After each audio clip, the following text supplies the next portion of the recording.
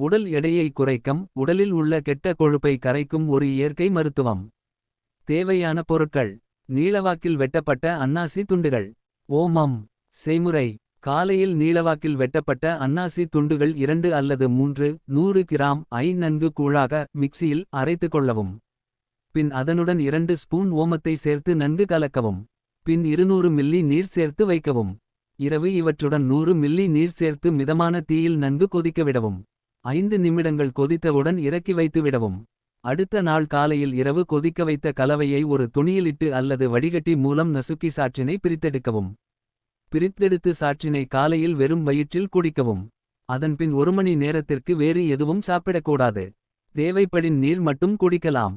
இவ்வாறு 15 தினங்கள் குடித்துவர உடலில் உள்ள கெட்ட கொழுப்பு கரைந்து வெளியேறி உடல் எடை எந்தவித பக்கவிளைவுகளும் இல்லாமல் குறையும்.